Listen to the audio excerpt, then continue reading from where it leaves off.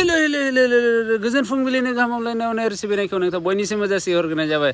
त' दिनै माने सारा बुहुमावनो आइजोफोरनि सान फालिनाय जायो। त' बेनिखायनो आंनि गोसो गोरबोनिफ्राय जोंनि बे फेमिलिनि आइजोफोरनिसिम ओमफ्राय बे बुहुमाव जेसेबांनाखि आइजोफोर दं माने बयनिसिमबो आंनि गोसो गोरबोनिफ्राय आंनि अननाय आरो सिबिनायखौ बावहरनाय थाबाय।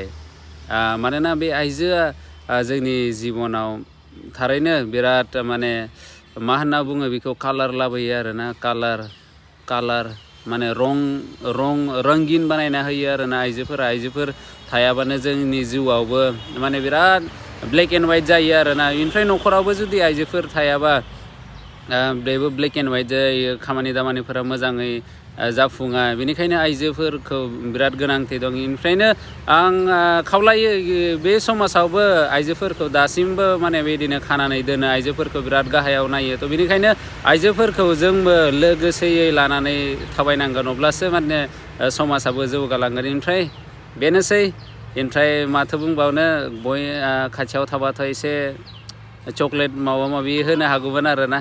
त' दिनैनि साननि थाखाय आरोबाव खनसे बावहरनाय थाबाय, खुलुमबाय।